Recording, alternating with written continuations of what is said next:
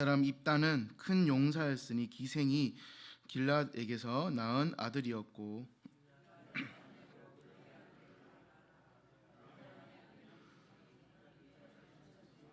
그에게 이르되 너는 다른 여인의 자식이니 아버지의 집에서 기업을 잊지 못하라. 이에 입다가 그의 형제들을 피하여 돕당에 거주하매 잡류가 그에게로 모여와서 그와 함께 출입하였더라. 암몬 자손이 이스라엘을 치려할 때에 길라 장로들이 입다를 데려오려고 돕당에 가서 우리가 암몬 자손과 싸우려 하니 우리의 장관이 되게 하리. 입다가 길라 장로들에게 이르되 너희가 전에 나를 미워하여 내 아버지 집에서 쫓아내지 아니하였느냐? 이제 너희가 환난을 당하였다고 어찌하여 내게 왔느냐 하니라. 이제 우리가 당신을 찾아온 것은 그리하여 모든 주민의 머리가 되리라 하매 입다가 길라 장로들에게 이르되 너희가 나를 데리고 고향으로 돌아가서 암몬 자손과 싸우게 할 때 만일 여호와께서 그들을 내게 넘겨주시면 내가 과연 너희의 머리가 되겠느냐 하니 너들이 입다에게 이르되 우리의 사이의 증인이시니 당신의 말대로 그렇게 행하리이다. 같이 봅니다. 이에 입다가 길라 장로들과 함께 가니 백성이 그를 자기들의 머리와 장관을 삼은지라. 입다가 미스바에서 자기의 말 다 여호와 앞에 아뢰니라. 아멘. 하나님이 열어주시는 인생이라는 제목으로 함께 말씀을 나누겠습니다. 유진 피터슨이라는 미국의 목사님이 계십니다. 이분이 공허한 인생이 열매로 충만해지는 것은 예수님의 생명의 말씀이 역사한 결과다라는 말을 한 적이 있습니다. 죄악으로 타락한 인간은 공허한 인생으로 우리는 전락해 버려서 살 수밖에 없습니다. 공허한 인생은 열매로 충만해질 수가 없는 것입니다. 그러나 예수님의 생명의 말씀이 이 공허한 인생으로 하여금 이 충만한 삶을 살게 합니다. 이것이 바로 우리의 운명을 새롭게 해주시는 하나님의 은혜이며 특권인 줄을 믿습니다. 오늘 읽었던 사사기 11장 말씀에 보면은 이스라엘의 새로운 구원자로 등장하는 사사 입다에 대한 생애를 보게 됩니다. 입다의 출생 배경과 가정 환경과 성장 과정 등을 살펴보면은 공허한 인생을 면할 수가 없었습니다. 그런데 전혀 뜻밖에도 그는 민족을 절체절명의 위기에서 구원한 전쟁 영웅이 되었으며 또한 사사기 12장에 보면은 그 민족을 6년간이나 다스렸던 사사였습니다. 그 비결은 무엇보다도 하나님께서 그에게 은혜를 입혀 주었기 때문에 그것이 가능했습니다. 그의 이름이었던 입다라는 뜻이 무엇일까요? 옷을 입다라는 뜻이 아니라요. 그의 이름의 입다라는 뜻은 하나님이 열어주신다라는 뜻입니다. 이 뜻은 입다는 평생 그의 이름의 뜻을 되새기면서 본인은 아마 살았을 것입니다. 그는 하나님께서 그의 인생을 열어주신다는 확신과 소망을 아마 품으면서 살아갔을 것입니다. 그리고 그는 그의 일생을 통하여 그의 인생에 활짝 열어주시는 하나님의 은혜를 체험함으로써 공허한 인생에서 열매로 충만한 인물이 오늘 되었습니다. 열어주시는 하나님께서 사사 오늘 입다를 통하여서 우리에게 주시는 교훈을 생각해 보면서 우리도 하나님께서 열어주시는 삶으로 나아가기를 간절히 소망합니다. 첫 번째로 우리가 알 수 있는 하나님께서 열어주시는 인생은 무엇이냐? 하나님께서 열어주시는 인생은 이 환경에 굴하지 않고 실력을 쌓는 데서 발생을 하게 됩니다. 오늘 본문 말씀 사사기 11장 1절과 2절 말씀을 함께 다시 한번 보도록 하겠습니다. 제가 읽어보겠습니다. 길라 사람 입다는 큰 용사였으니 기생이 길랏에게서 낳은 아들이었고 길앗의 아내도 그의 아들들을 낳았더라. 그 아내의 아들들이 자라매 입다를 쫓아내며 그에게 이르되 너는 다른 여인의 자식이니 우리 아버지의 집에서 기업을 잊지 못하리라 한지라 말씀합니다. 길르앗 사람 입다는 오늘 말씀에 큰 용사라고 말씀합니다. 그의 아버지 길르앗은 당시에 유력한 사람이었습니다. 그러나 입다 그의 아들이었던 길르앗은 신세, 그 길르앗의 신세는 좀 비천했습니다. 공허했습니다. 좋은 모습이 아니었습니다. 왜냐, 그의 어머니는 이방 여인이었고 기생이었습니다. 이방 여인, 그나마 첩도 아닌 기생에게 태어난 입다는 그의 집안에서 이 상속권이나 모든 것을 받을 권리를 아무것도 가질 수가 없었습니다. 다만 그는 배다른 형제들로부터 멸시와 천대를 받았습니다. 이방 형제들은 그를 미워하다 못해 그를 집에서 쫓아내고 말았습니다. 그는 그의 생존권을 박탈했다는 뜻이죠. 그리고 도망 가서 오늘 말씀해 보니까 돕당에서 거주했다라고 나오고 있습니다. 기생의 아들로 태어나 온갖 시련을 겪어야만 했던 입다에게는 이 좌절감과 열등감이 있었을 것입니다. 내 어머니가 기생이었고 몸을 파는 사람이고, 그리고 나는 부모에게서 쫓겨난 사람이다. 그리고 나는 그렇게 숨어 살아야만 하는 사람이었다라는 것에 있어서 엄청난 열등감이 있었을 것입니다. 그는 불우한 운명과 가혹한 현실에 대한 증오와 분노 등을 느꼈을 것입니다. 그러나 그는 결코 이 비참한 환경에 굴하지 않았던 인물이었기 때문에 오늘 사사로 부름을 받았고 이 성경에 실렸습니다. 대신 그는 이 불리한 환경을 극복하기 위하여 남달리 오늘 실력을 쌓았습니다. 입다에게 있어서 그 비참한 환경은 이 실력을 쌓는 기회가 되었습니다. 그리고 그는 마침내 큰 용사가 되어서 그 민족을 살리는 영웅이 되었습니다. 만약 그가 실력을 쌓지 않았더라면 그는 기생의 아들로 태어난 자신을 비관하면서 부모를 욕하면서 세상을 저주하며 이 등지고 말았을 것입니다. 아마 빨리 자살을 하거나 아니면 죽어버리거나 아니면은 되게 범죄자로 전락해버리고 말았을 것입니다. 그러나 그는 결코 그렇게 되지 않았습니다. 오늘 오히려 환경에 굴하지 않고 실력을 쌓음으로써 하나님께서 열어주시는 그 은혜를 체험하게 된 사람이 오늘 사사 입다입니다. 아마 이 자리에서 이 음악가 이 베토벤을 모르시는 분은 없을 것입니다. 음악을 작곡하는 이 음악가인 그가 알다시피 그는 귀머거리였습니다. 그래서 소리를 전혀 들을 수가 없었는데 악기 소리도 또 합창 소리도 들을 수가 없던 그가 알다시피 베토벤은 위대한 음악가였다는 사실을 우리는 알고 있습니다. 근데 그가 이 엄청난 교향곡을 발표할 때마다 완전히 귀머거리 상태가 되었다라는 뜻입니다. 특별히 이 9번 교향곡을 발표할 때 완전히 귀머거리가 되어서 아무 소리도 듣지 못하는 상황에서 그 교향곡을 들으러 갔다고 합니다. 무슨 소리를 해도 전혀 들을 수 없는 상황에서 그 곡을 발표를 하게 되었습니다. 지휘자로서 귀가 먹어버렸다는 것은 치명적인 것이죠. 그 사람이 지휘를 한다는 것은 절대 불가능한 것으로 생각을 했습니다. 그래서 어떤 단원들은 저 사람의 지휘봉을 신뢰하지 말아야 된다. 저 사람이 지휘하는 것은 믿을 수가 없다라고까지 했습니다. 연주의 날이 되어서 베토벤 뒤에 많은 군중들이 있었고 딱 발표가 되는 순간 엄청난 환호가 있었고 정신을 잃어버릴 정도로 사람들이 도취가 되었습니다. 발표가 끝나자 우려와 같은 박수가 일체로 아주 그 공간이 터져나갈 정도로 사람들의 환호가 있었습니다. 감격이 있었고 열광이 있었고 환희가 있었습니다. 그러나 베토벤을 알다시피 귀가 들리지 않았기 때문에 자기가 이 작곡한 곡을 들을 수가 없었습니다. 베토벤은 귀머거리의 벽을 뚫고 불가능한 것을 가능으로 바꿔 놓았던 우리가 유명한 사람으로 알고 있습니다. 사무엘상 17장 45절에 보면은 다윗이 블레셋 거인 골리앗에게 이런 말을 하고 있습니다. 다윗이 블레셋 같이 읽어보겠습니다.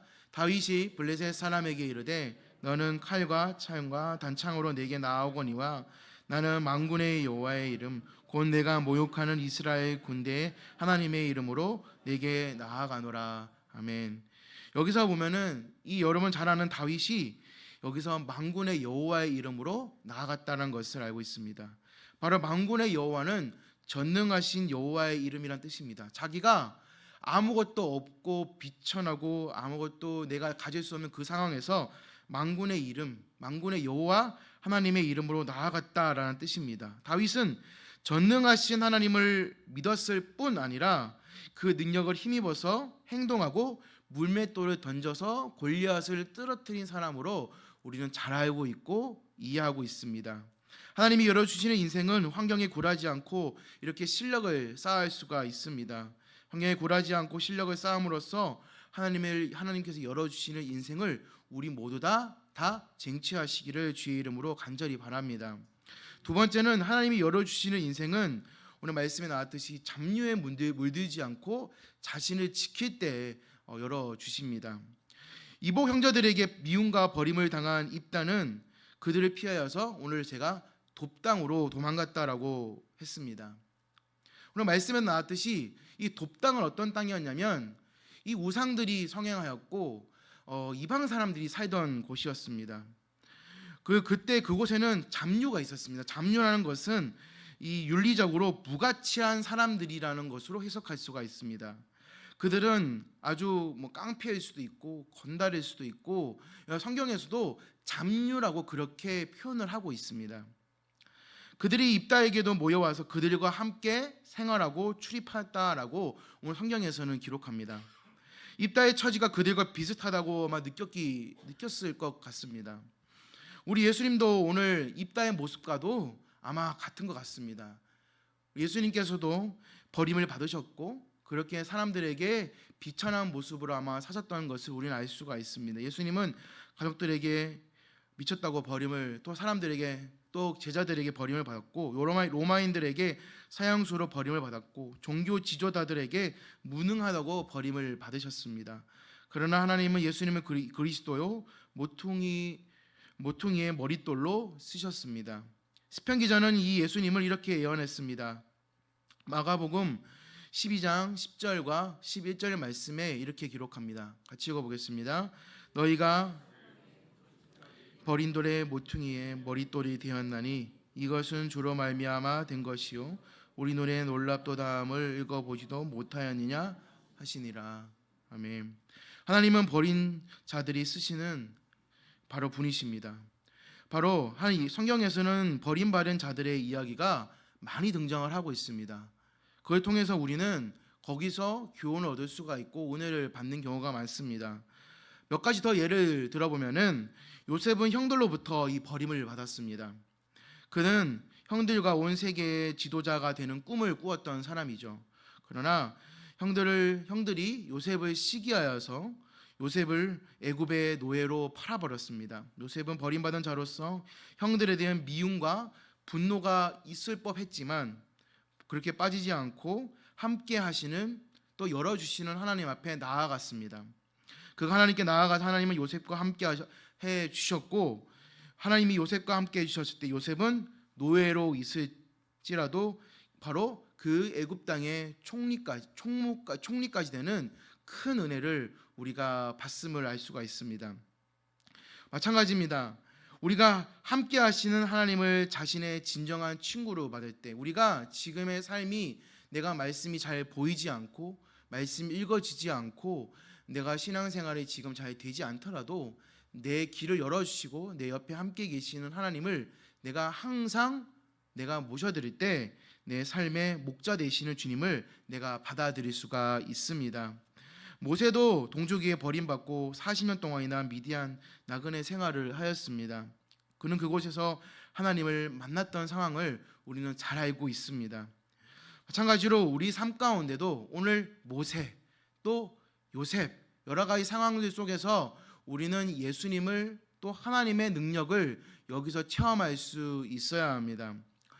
제가 고등학교 때 그나마 좀 잘했던 과목이 그래도 국어였습니다. 국어에서 좀 재밌게 봤던 그 한국 소설이 뭐였냐면은 바로 홍길동전이었습니다. 홍길동전에 보면은 홍길동전은 무엇입니까? 우리나라의 최초의 한글 소설이었습니다. 한글 소설인데 홍길동은 어떤 사람이었을까요? 홍길동은 바로 이 서자였습니다. 서자로서의 이 한을 극복하기 위하여 이 평생을 싸웠던 사람이죠. 이 홍길동의 유명한 그 일화가 있죠. 아버지를 아버지라 부르지 못하고 어머니를 어머니라 부르지 못하는 한이 있었습니다. 근데 이 홍길동이 호부호영을 하지 못한다는 이 금기를 깨고 호부호영을 하게 된 사건들이 있었습니다. 둘째는 서자는 벼슬을 하지 못한다라는 사회적인 금기를 깨고 이 벼슬에 올라간 사건도 있었습니다. 그는 이러한 자신의 한을 해결하고 율도국으로 도적들과 함께 들어가서 왕이 되어서 살게 됩니다. 이러한 과정에서 잠시 가난한 자들에게 재물을 나눠주는 선행을 했던 모습이 이 홍길동전에는 등장을 합니다. 제가 왜 홍길동전 얘기를 하느냐? 입다도 서자로서 한이 많은 사람이었습니다. 그러나 입다는 이 홍길동과는 조금 다른 인생을 살았습니다. 입다는 이러한 서자의 슬픔을 하나님께 들고 나가서 자신의 문제도 해결하고 자신처럼 억울하게 고통당하는 버림받은 자들의 이 목자가 되었다는 점이 이 홍길동과는 다르죠. 물론 홍길동 전에 있는 홍길동은 아무래도 이제 소설이기 때문에 물론 다르겠지만 제가 이 홍길동 전을 읽으면서 홍길동도 서자였고 한이 많은 사람, 입다도 서자로서 한이 많은 사람으로서 그런 그 당시에 괴로운 인생을 살았다는 점이 저는 조금 비슷하게 다가왔습니다. 마찬가지입니다. 야고보서 1장 27절에 야고보 사도는 이렇게 말씀을 하고 있습니다. 같이 한번 읽어보겠습니다. 하나님 아버지 앞에서 정결하고 더러움이 없는 경건은 곧 고아와 과부를 그 환난 중에 돌보고 또 자기를 지켜 세속에 물들지 아니하는 그것이니라. 아멘. 그렇습니다. 우리 하나님 아버지께서 생각하시는 정결하고 참된 경건, 어려움에 처한 이웃을 돌보아주며 세속에 물들지 않도록 자기를 지키는 것입니다. 하나님은 그런 사람의 인생을 열어주시고 함께 하신다는 사실입니다. 잡류에 물들지 않고 세속에 물들지 않고 이 자기를 지킴으로써 하나님께서 열어주시는 그 인생이 되시기를 간절히 소망합니다. 세 번째로 우리가 알 수 있는 하나님께서 열어주시는 인생은 바로 이 자만에 빠지지 않고 하나님을 의지할 때 우리가 열어주십니다. 사사기 10장 8절에 보시면 이스라엘 자손이 18해 동안이나 억압한 암몬 자손이 이스라엘을 치려고 길르앗에 진을 쳤습니다. 이스라엘도 길르앗 미스바에 오늘 진을 쳤습니다. 그런데 문제는 이스라엘 자손 중에 먼저 나가서 암몬 자손과 싸울 사람이 없었습니다. 그때 생각해낸 사람이 입다였습니다. 사실 얼마 전까지만 해도 입다는 이스라엘 자손 중에서 존재 가치도 없었던 사람이고, 그런데 이제 상황이 완전히 바뀌게 된 것입니다. 길르앗 장로들은 입다를 데려오려고 이제 자기가 내쳐버렸던 그 이방 땅이었던 돕당으로 가서 입다를 다시 데려오려고 합니다. 그때 입다의 마음을 어떻게 했습니까? 자기가 버려놓고 다시 자기를 데리고 오려고 하니 입다의 마음은 아마 좋지 못했을 것입니다. 자기가 어렸을 때 자기를 버려놓고 지금 내가 필요하니까 자기가 필요하니까 나를 데리고 와서 저 암몬 자손 저 무서운 저 자손들하고 좀 싸워달라. 이 모습이 어떻게 보면 좀 되게 웃겼을 것입니다. 자기가 필요할 때만 찾는 사람 되게 여러분 싫지 않습니까? 마찬가지입니다. 오늘 이 길르앗 장로들이 딱 그런 사람들입니다. 자기가 필요하니까 자기한테 와서 도와달라고 하는 지금 모습입니다. 오늘 입다는 그들을 오늘 말씀해 보니까 이렇게 와서 입다를 데리려고 돕당에 가서 이 입다 우리한테 와서 좀 도와주십시오. 우리가 암몬과 싸우려고 하니 와서 우리의 장관이 되어 달라고 하고 있습니다. 오늘 본문 말씀 7절을 같이 한번 읽어보도록 하겠습니다. 시작. 입다가 길르앗 장로들에게 이르되 너희가 전에 나를 미워하여 내 아버지 집에서 쫓아내지 아니하였느냐? 이제 너희가 나를 환난을 당하였다고 어찌하여 내게 왔느냐 하니라. 아멘. 입다는 그들을 책망하였습니다. 길르앗 장로들은 아무 말을 할 수가 없었죠. 이방 여인의 아들 기생의 아들에게 길르앗 장로들이 와서 우리의 장관이 되어달라고 부탁했을 때 입다는 어떻게 보면은 자만에 빠질 수도 있었을 것입니다. 그러나 오늘 입다는 결코 자만에 빠지지 않았습니다. 그는 다만 여호와께서 그들 곧 암몬 자손을 내게 넘겨주시면 하고 말씀합니다. 이는 전쟁의 승리는 자기가 뭔가 자만해서 교만해서 이루어지는 것이 아니라 하나님께 있다는 그의 신앙을 말을 해주고 있다라는 뜻입니다. 입다의 제안에 길르앗 장로들은 여호와를 이 증인으로 삼아서 자신의 입다의 말대로 전부 행하겠다라고 말을 합니다. 왜 그렇겠습니까? 지금 자신의 모습이, 자신의 상황이 너무 지금 급박한 상황이기 때문입니다. 이런 거리를 통해 길앗 전 사람들은 전쟁을 하기도 전에 입다를 자신들의 머리와 장관으로 삼았고, 입다는 미스바에서 여호와 앞에 자신의 말을 다 아뢰는 절차를 밟아 이스라엘의 이 사사가 됩니다. 이것은 여호와께서 길앗 장로들과 입다가 언약을 세우시는 모습으로 등장을 합니다. 당시 여호와께 대한 제사와 예배와 신탁들이 어떻게 이루어졌는지에 대해서 성경에서는 자세히 기록을 하고 있지는 않지만 추측컨대 여호와께 제사 지내는 제단 앞에서 길앗 장로들과 입다는 아마 언약에 대한 모습과 그런 의식을 했을 것입니다. 이 사사가 되었다라는 것은 어떤 것을 의미합니까? 그렇게 말하는 없지만 12장 7절 말씀에 비추어 보면은 사사로서 하나님께 인정을 받은 행동으로 해석을 할 수 있고, 입다는 사사로서 살다가 죽었다라는 기록이 남아 있습니다. 이전까지 사사는 하나님께서 세우셨지만 입다는 사람들에 의해 선택되고 하나님의 인정을 받는 절차를 거치고 있습니다. 하나님께서 사사를 줄지 고민하고 계신 사이에 사람들이 먼저 입다를 선택하여서 또 사사를 선택하여서 하나님 앞으로 오늘 데려오고 있는 상황입니다. 하나님께서 큰 자비하심으로 인간의 연약함을 이해하시고 입다를 이스라엘에 구원할 사사로 삼아 주신 상황인 것이죠. 11절 말씀을 우리 함께 읽어보도록 하겠습니다. 이에 입다가 길앗 장로들과 함께 가니 백성이 자기의 머리에 장관을 삼은지라. 입다가 미스바에서 자기의 말을 다 여호와 앞에 아뢰니라. 아멘. 여기서 다 여호와 앞에 아뢰다라고 등장합니다. 세상 사람들은 자신의 지식과 지혜를 의지하고 있지만 믿음의 사람 입다처럼 하나님 앞에 의지하는 모습이 우리 삶 가운데도 나타나야 합니다.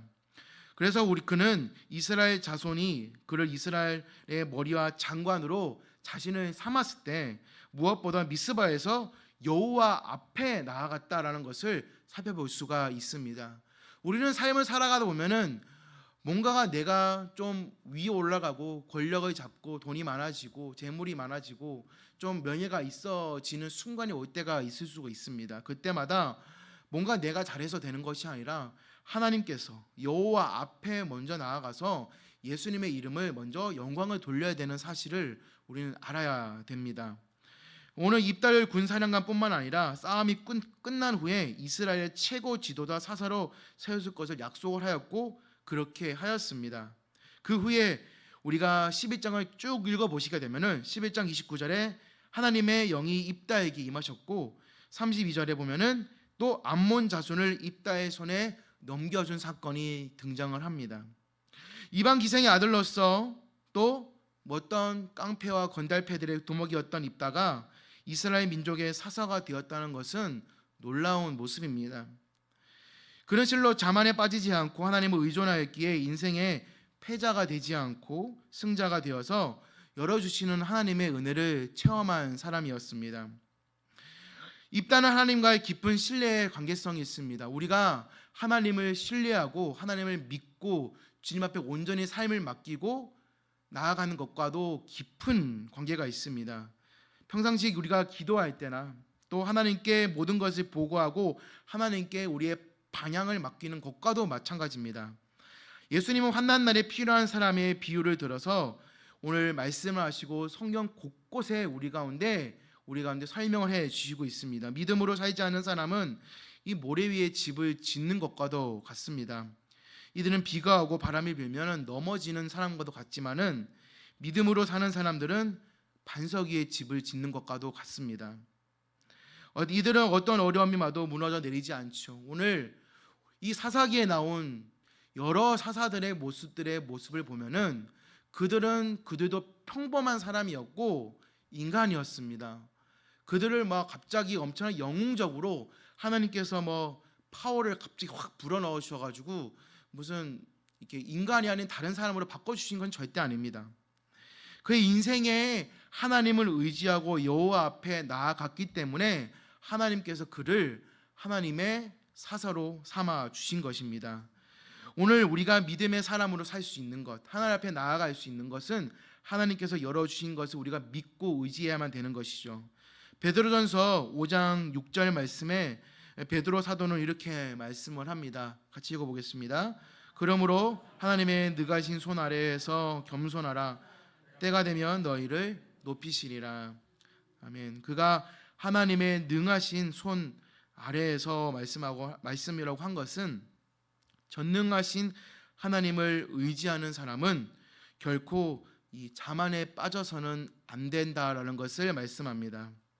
하나님은 자만에 빠지지 않고 하나님을 의지하는 사람을 때가 되면 높여주시고 그의 삶과 인생을 열어주십니다.